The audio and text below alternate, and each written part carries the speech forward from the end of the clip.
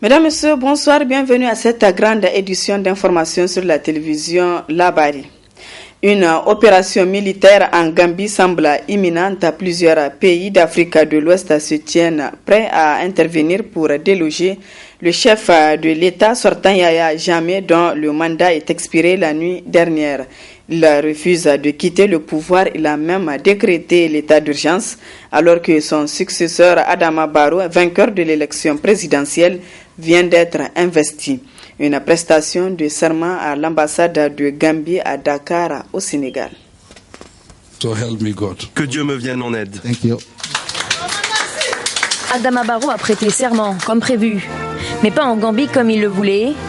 C'est au Sénégal, à l'ambassade gambienne, qu'il est investi de ses fonctions de président.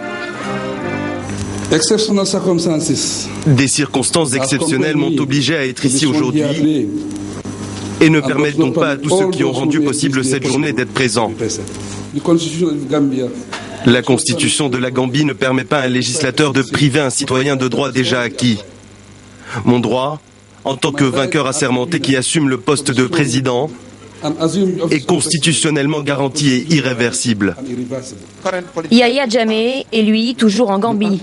Il refuse de quitter son siège, même si son mandat a officiellement pris fin, mercredi à minuit. Le 9 décembre dernier, après 22 ans au pouvoir, Yahya Jammeh avait pourtant reconnu sa défaite. Puis il a fait marche arrière. Mardi, il a même décrété l'état d'urgence et a tout fait pour empêcher l'investiture d'Adama Barrow dans la capitale gambienne. Rien ne permet pour l'instant de dire si et quand cette grave crise politique va prendre fin. La diplomatie semble avoir épuisé toutes ses ressources pour qu'une transition politique pacifique se fasse, surtout que la menace d'une intervention militaire internationale se profile. La communauté économique des États d'Afrique de l'Ouest, très engagée dans ce dossier, se dit prête à intervenir. Le Ghana a ainsi prévu d'envoyer 205 militaires si besoin. Le Sénégal a déjà posté des troupes à la frontière avec la Gambie. Le Nigeria, lui, a déployé des soldats et des avions au Sénégal. Ce jour d'investiture devait être celui de la première transition démocratique du pays en 30 ans. Au lieu de cela, la Gambie retient son souffle. De l'avis de l'altermondialiste nigérien Maman Sani Adamou, une intervention militaire ne constitue pourtant pas la solution. Je vous propose de l'écouter. À partir du moment où le principal concerné a accepté sa défaite, revoir les résultats des uns, c'est laisser entendre qu'il y avait des choses qui sont susceptibles de ne pas l'être. Et donc c'était vraiment pas approprié à mon avis.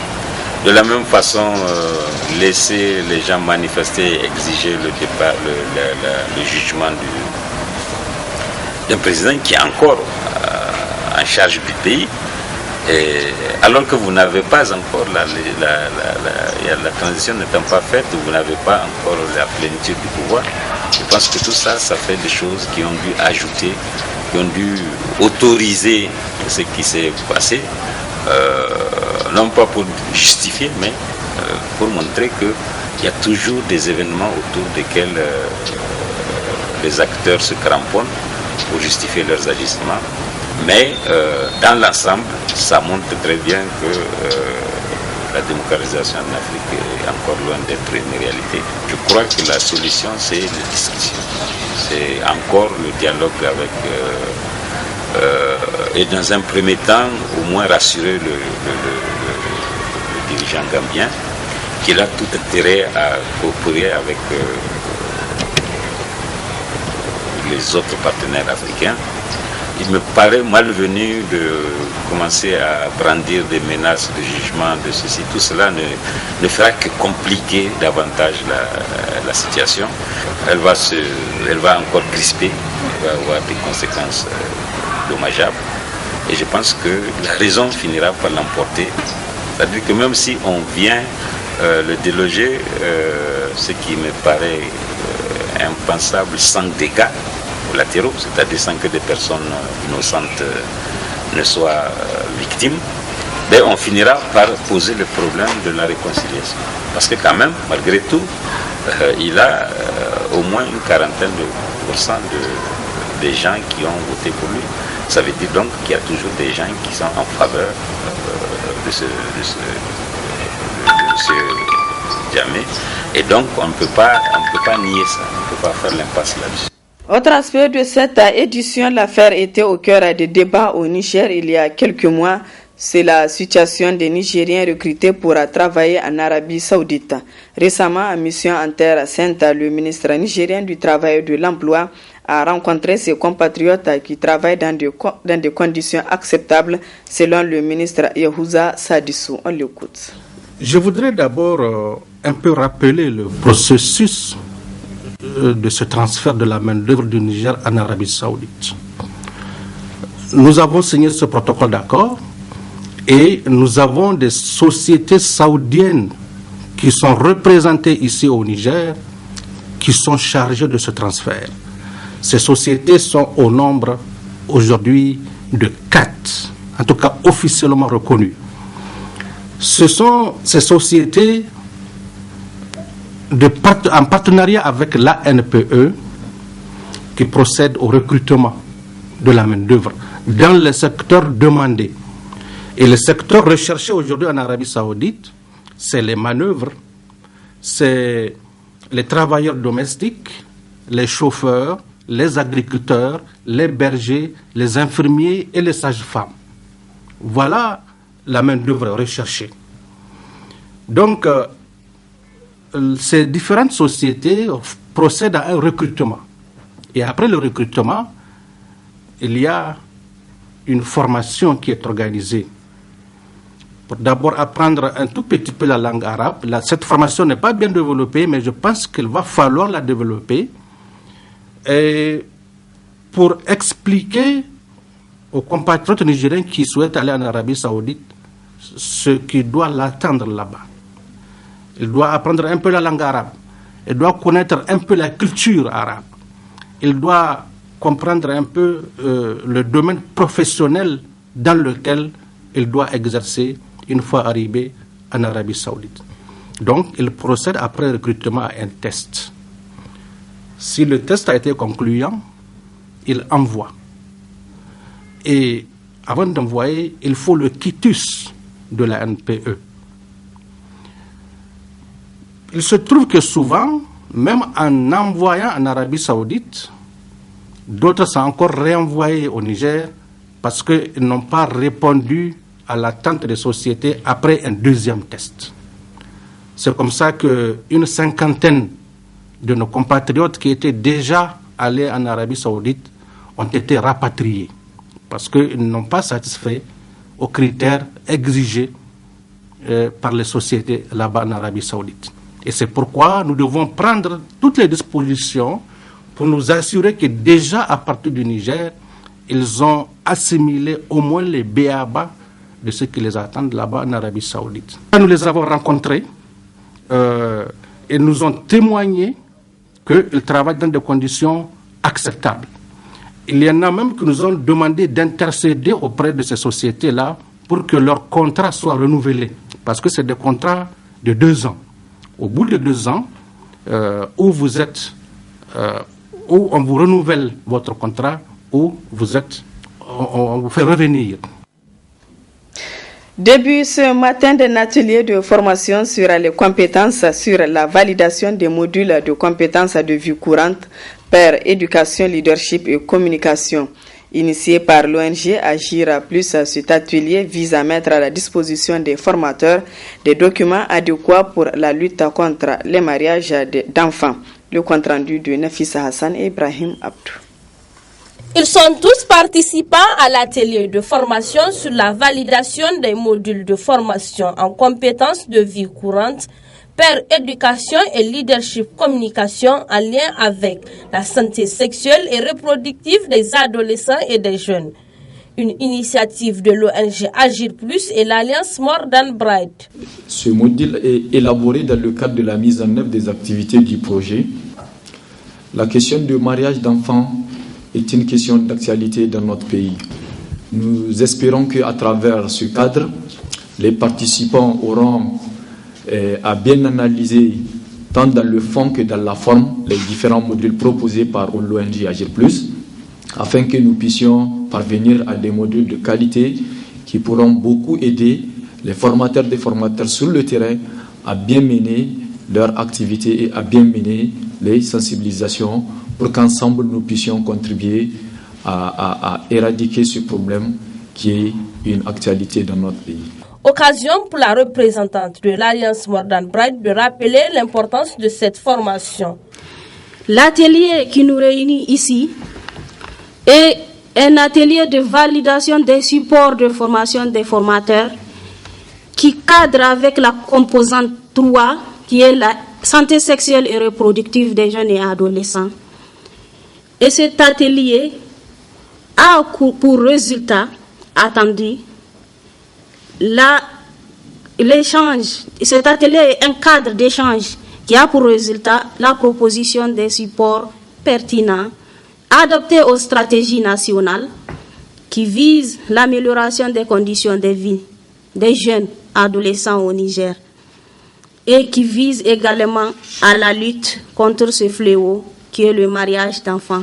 Présent à la cérémonie, le président du Conseil national de la jeunesse a encouragé cette initiative et a assuré les partenaires de leur disponibilité dans la lutte contre le mariage d'enfants. Nous prenons l'engagement qu'à la sortie de cet atelier, de bien vouloir à notre tour former nos structures de démembrement, des structures de démembrement qui sont au niveau communal,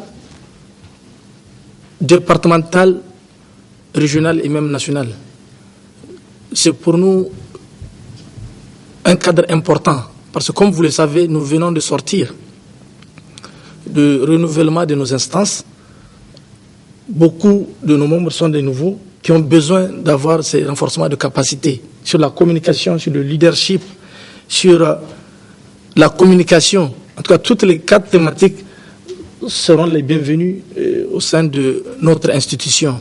Ainsi, durant 2 jours, les participants amenderont et valideront les modules qui seront mis à la disposition des formateurs pour sensibiliser les populations sur les dangers des mariages d'enfants. La faculté d'agronomie a organisé ce matin une cérémonie pour accueillir les nouveaux étudiants sous le thème assiduité, travail et concentration pour une formation agronomique réussie. Une façon pour les aînés de mettre leurs petits frères dans le bain. Le compte-rendu de Assama Oseidou et Chebou Guissou. Ils désirent tous devenir agronomes et c'est une conférence qui a été organisée à leur honneur par leurs aînés étudiants dans cette faculté. Le délégué général des étudiants en agronomie donne l'objectif visé à travers la rencontre. C'est une journée d'accueil, comme nous disons. Cette journée est placée sur les thèmes acidité, travail et concentration pour une formation agronomique réussie.